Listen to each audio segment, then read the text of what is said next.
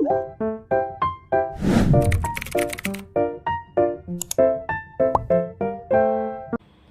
Vrindavan mencari Krishna, tidak sengaja bertemu Uncle Mutu. Selamat pagi, siang, sore, dan malam para penonton tercinta. Assalamualaikum warahmatullahi wabarakatuh. Hai guys, welcome back to my YouTube channel. Kembali lagi bersama saya Rahma Widya Putri, mahasiswa bimbingan konseling Islam UIN Sunan Ampel, Surabaya. Pada kesempatan kali ini, saya ingin berbagi cerita mengenai pengalaman saya ketika bertemu dan berkenalan dengan orang-orang baru yang sebelumnya belum pernah saya kenal sama sekali. Nah, kalian penasaran kan bagaimana ceritanya ketika saya bertemu dan berkenalan dengan orang-orang baru? Yuk disimak cerita dari saya. Check it out! Oke guys, di sini saya akan menceritakan pengalaman saya ketika bertemu dan berkenalan dengan 5 orang baru dan hal menarik yang saya dapatkan dari mereka. Nah, 5 orang baru ini saya bertemu mereka di tempat yang berbeda-beda guys. Yang 3 orang saya bertemu mereka di Pasar Sekaran Lamongan. Dan yang satu saya bertemu beliau di sebuah tempat percetakan atau fotokopi. Dan yang terakhir ini saya bertemu dengan beliau di sebuah jalan ketika perjalanan menuju rumah. Oke guys, langsung saja ke cerita yang pertama. Nah, ketika saya mengantar ibu ke pasar untuk membeli baju lebaran, saya bertemu dengan seorang nenek-nenek penjual jajanan tradisional seperti kue apem, lemper, terus lemet, getuk, kelanting, dan sebagainya. Nah, beliau ini sedang bersandar di bawah pohon di area pasar. Dan tidak ada pelanggan, terus saya tertarik untuk membeli dagangannya dan berkenalan dengan beliau. Saat itu saya bertanya kepada beliau, "Mbah, jualan jajanan tradisional gini sejak kapan?" Terus beliau menjawab, "Sejak 20 tahun yang lalu, Nduk."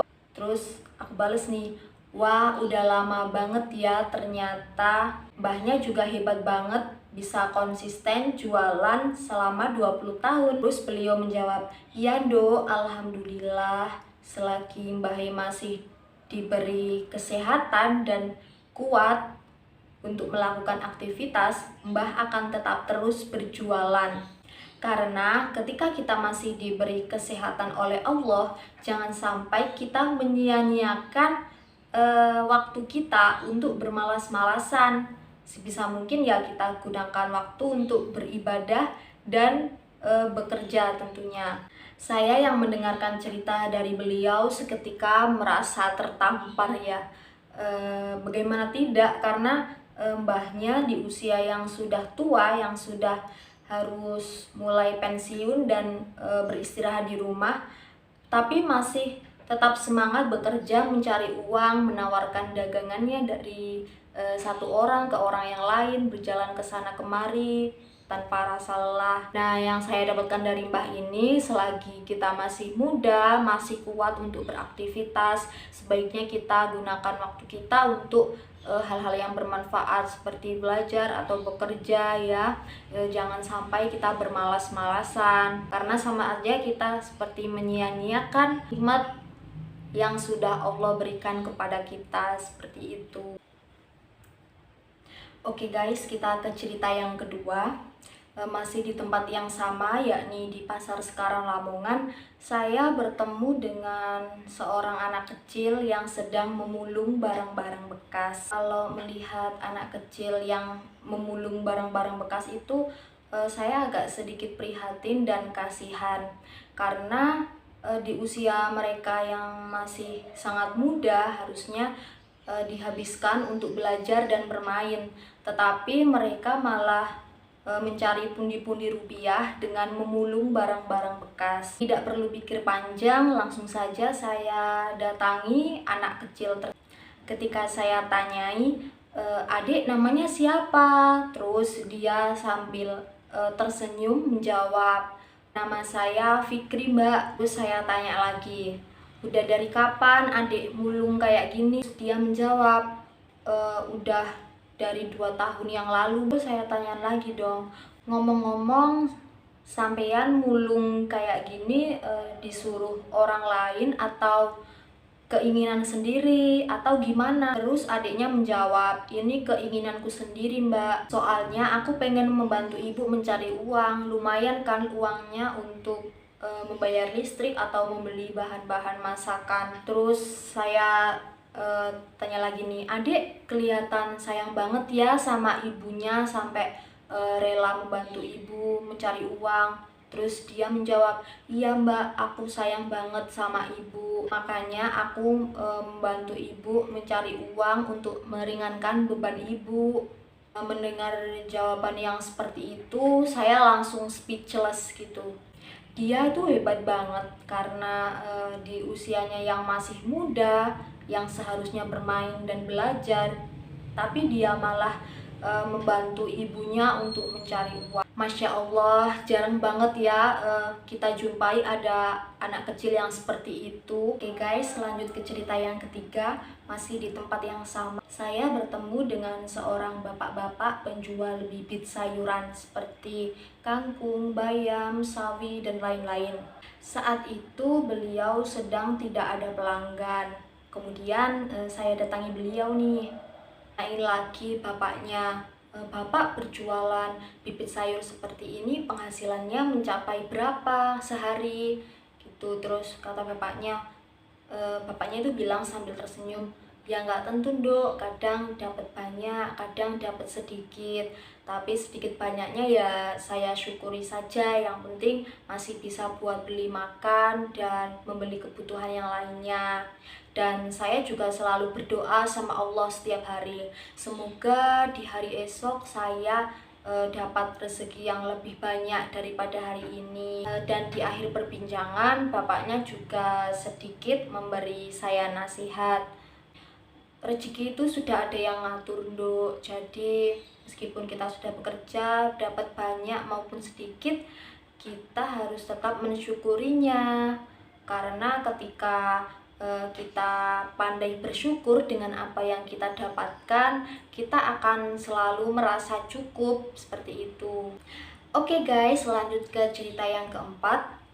Keesokan harinya saya itu kan pergi ke toko percetakan atau fotokopi gitu. Dan di sana saya bertemu dengan mbak-mbak yang sedang fotokopi juga. Terus saya memberanikan diri untuk bertanya kepada mbaknya. By the way, mbaknya terlihat seperti seumuran ya dengan saya gitu. Terus mbaknya jawab, oh iya kah, saya umur 21 tahun loh. Terus saya jawab, wah umur kita sama nih, saya juga 21 tahun. Terus saya tanya lagi, BTW mbaknya masih kuliah apa udah kerja? Terus mbaknya jawab, saya kuliah mbak. Terus saya tanya lagi nih, wah mbaknya kuliah di mana? Terus mbaknya jawab, saya kuliah di UIN Sunan Ampel Surabaya. Nah ketika mendengar jawaban mbaknya, saya kaget dong, nggak nyangka kalau mbaknya itu satu kampus sama saya gitu. Terus saya jawab gini dong, wah kita satu kampus ternyata mbak. Mbaknya BTW jurusan apa? Terus mbaknya jawab nih, saya jurusan PGMI mbak, Fakultas Tarbiyah gitu. Terus saya bilang lagi, nggak nyangka banget ya mbak, ternyata kita satu kampus loh. Kapan-kapan kalau di kampus nanti kita harus ketemuan nih, kita sharing-sharing. Saya bilangin seperti itu. Nah itu tadi sedikit cerita menarik dari orang yang keempat. Terus kita lanjut ke cerita orang yang kelima. Ketika dalam perjalanan menuju rumah, saya nggak sengaja ketemu dengan ibu-ibu yang sedang mendorong sepeda motornya. Nah, terus saya dekati ibu itu. Saya tanya, ibu motornya kenapa gitu? Terus katanya, ini mbak motor saya mogok, sepertinya mesinnya yang rusak deh gitu katanya. Terus saya tanya lagi, oh alah, Terus ibu ini rencananya mau kemana? Ini Dok, mau nyari bengkel gitu. Walah, saya bantu nyari bengkel ya Bu, gitu. Terus katanya, iya Dok, tolong antarkan ke bengkel.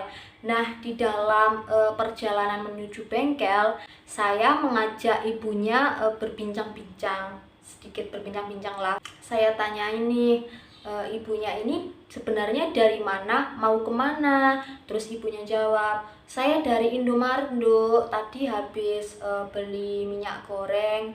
Terus saya ini mau pulang ke rumah. Tiba-tiba di tengah perjalanan sepeda ibu mogok gitu katanya. Terus saya jawab nih, oh alah kok bisa mogok ya Bu? Emang dari dulu-dulu juga sering mogok kayak gini Bu? Terus ibunya menjawab, enggak pernah Dok. Mogok ya baru kali ini aja, baru sekali ini. Ya namanya musibah ya, nggak ada yang tahu.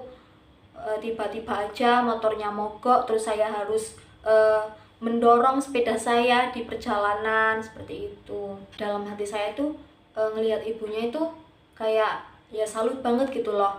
Walaupun ibunya kena musibah, motornya mogok, tapi di perjalanan ibunya itu tetap tersenyum gitu sama saya. Kan kadang ada ya orang yang kayak kena musibah, misal sepedanya mogok itu terus kayak bersengut gitu loh, mencurang kayak gini terus, kesel gitu selama dalam perjalanan, kenapa sepedanya mogok, kenapa gini. Tapi ibu itu dengan hati lapangnya beliau menuntun atau mendorong sepedanya itu sambil tersenyum gitu. Yang kelima ini tuh saya berkesimpulan bahwa kita sebagai manusia harus selalu bersyukur dengan apapun yang terjadi. Meskipun kita mendapat musibah, kita kenapa-napa, tapi kita itu harus tetap tersenyum dan bersyukur.